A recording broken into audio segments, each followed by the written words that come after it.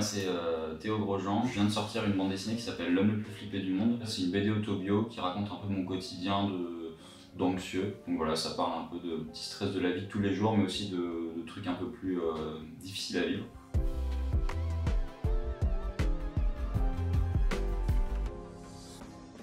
Ouais, un personnage que je représente assez souvent dans la BD, c'est vraiment le personnage qui est la métaphore, vraiment de l'anxiété.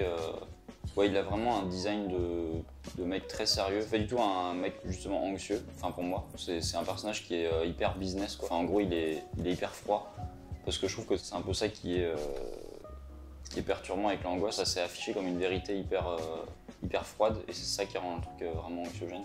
C'est pour ça que je le représente sous la forme d'un espèce de mec en costard comme ça.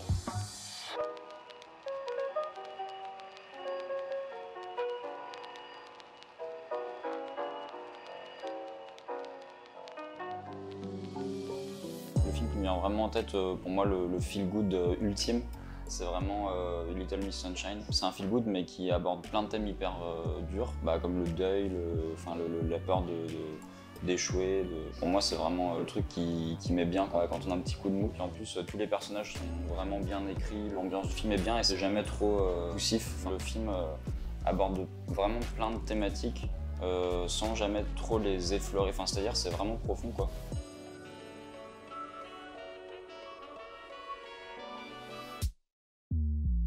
Je trouve qu'un autre film dans un autre genre qui m'a vraiment fait du bien personnellement, c'est Patterson de Jim Jarmusch, que j'ai trouvé hyper puissant. Dans le cas de Little Miss Sunshine, c'est plus quand on est un peu perdu dans sa vie, on va dire.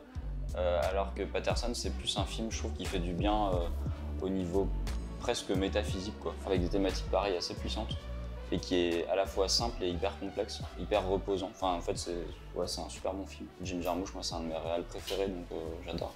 Mais en plus, ouais, celui-là particulièrement m'a marqué, puisque quand j'y repense, même en y repensant simplement, il me fait du bien. Je trouve qu'il y a trop de thèmes intéressants, genre ouais, j'adore le fait que chacun soit une espèce d'artiste, mais qui cherche pas la notoriété ou quoi, qu'ils soient vraiment dans leur délire un peu, et que c'est trop bien ce concept. C'est un film qui est vachement intéressant à mettre en lien avec notre époque où il faut vraiment toujours être dans la performance. Je pense qu'aujourd'hui c'est difficile de ne pas être obsédé par le fait de toucher les gens le plus possible sur les réseaux, etc. Tous les gens qui essayent de produire, de créer, souvent il y a toujours un instant où ils sont dans quelque chose de purement personnel, où c'est vraiment juste pour se faire du bien à soi. Et après, du coup, dans la vie, on se retrouve un peu obligé de rendre le truc le plus universel possible. Et des fois, c'est bien, parce que du coup, ça permet de réfléchir autrement, en fait. Moi, ça m'arrive d'avoir l'impression de perdre, pas forcément le plaisir, mais disons le truc qu'on fait vraiment pour soi.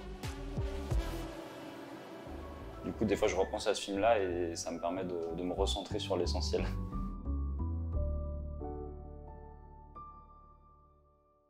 Là récemment, la série que je trouve qui fait vraiment du bien, c'est Sex Education. Je trouve que c'est une des premières séries qui parle de sexe aussi bien, déjà. Il y a vraiment cet esprit de petit univers un peu hors du temps que je trouve hyper apaisant dans les séries. Enfin, vraiment, les séries, c'est vraiment ça qui les rend, je trouve, agréables à regarder. Mais par contre, ouais, l'univers est trop bien et les personnages sont bien écrits, ils sont pas clichés. C'est difficile, je trouve, de parler de sexe sans être ni prude ni vulgaire. C'est vraiment réussi dans la série. Je sais qu'il y a beaucoup de gens qui ont ressenti ça, qui ont eu l'impression un peu que c'était qu'on les éduquait un peu et tout, mais justement je trouve pas du tout. Enfin moi personnellement je trouve ça assez bien amené.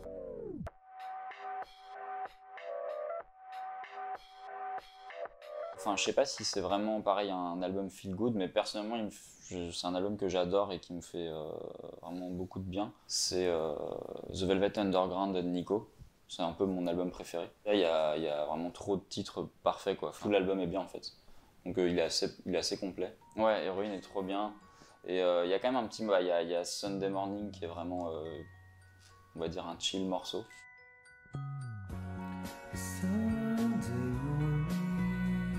Les concerts, j'aime bien, mais ouais, quand on est anxieux, c'est un peu chaud. S'il y a un concert où j'étais vraiment bien, c'était un concert de Rhône. C'est un peu tranquille, ouais, c'est pas violent, c'est pas non plus une petite tristesse, je trouve, dans le groupe. Je sais pas, je me suis senti vraiment bien, la musique est assez hypnotisante, donc ça m'a mis bien.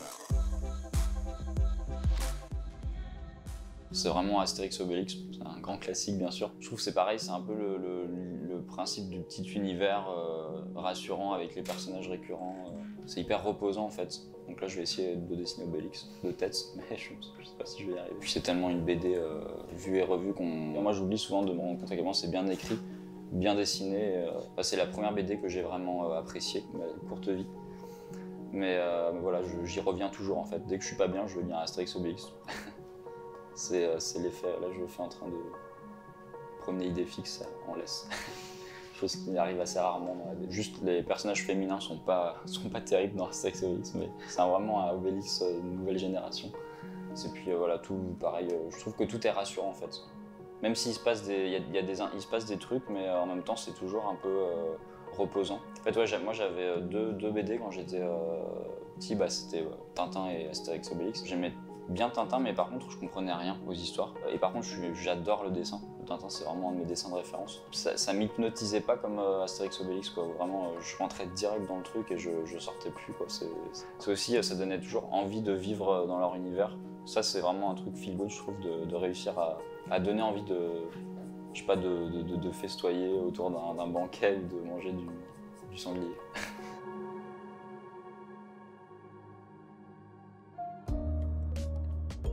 Je pense que c'est un des films les plus anxiogènes que j'ai vu, c'est Funny Games de Haneke, qui en même temps est un très bon film, je trouve. Il représente tout ce qu'il y a de plus terrifiant. Enfin, de toute façon, toute la filmo, ouais, Haneke, sa thématique principale dans ce film, c'est le mal, quoi. Enfin, c'est comment le mal trouve son chemin dans la vie. On sent qu'il y a un malaise qui s'installe au fur et à mesure hyper progressivement. C'est toujours inscrit dans quelque chose de très possible en fait. C'est de la violence hyper psychologique. Dans mon souvenir, il n'y a pas trop de violence montrée à l'écran. Quelques scènes peut-être, mais pas tant que ça. Je ressens pas trop d'émotion face à des films ouvertement gore ou vraiment très trash. Mais par contre, ouais, ce genre de film hyper psychologique et tout, je trouve ça vraiment terrifiant. Même quand t'as fermé l'ordi, c'est pas fini quoi. Ça te travaille encore.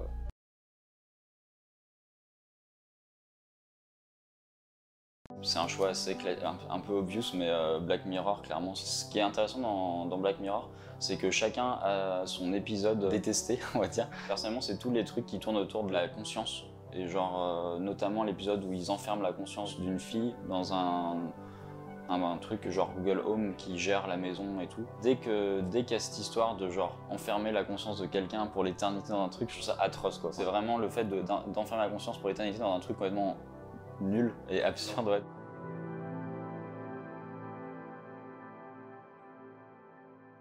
C'est un de mes albums préférés, mais en même temps que je trouve lourd à écouter. C'est Radiohead, OK Computer. Je trouve que c'est je pense que c'est leur meilleur album avec la chanson dans Surprises, etc. C'est un album qui est... et puis en même temps, voilà, il n'y a que des thématiques un peu déprimantes. Puis je trouve que ça vieillit super bien aussi. Et quand je réécoute, je trouve ça toujours presque moderne. Enfin, je trouve ça bien... Ouais, je pense que c'est un très bon album, je trouve.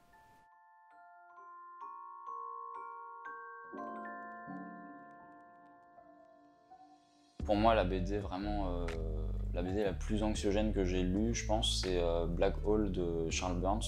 Ça se passe dans une banlieue américaine et c'est un groupe de jeunes qui vont se passer un espèce de MST qui les transforme peu à peu en monstres.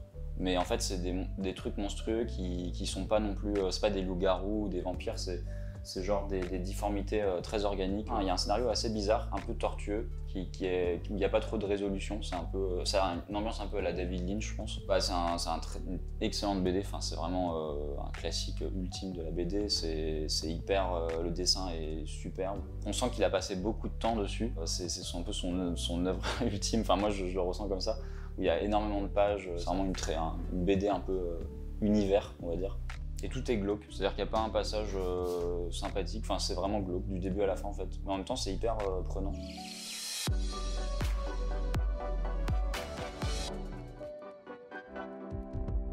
Et dans les gens que je suis qui sont pas forcément très connus, là en ce moment, je trouve qu'il y a quelqu'un qui fait une BD sur Instagram qui est un peu autobio, qui parle de quand il a travaillé pour les Restos du Cœur. Il y a un regard très neutre et en même temps très humain sur le sujet. Une autrice de BD qui s'appelle Hello Sterve, qui fait des comic strips un peu absurdes, en 3-4 cases en général sur Instagram. Commence à avoir une communauté assez solide là sur Instagram, mais vraiment pour le coup ça mérite plus de visibilité.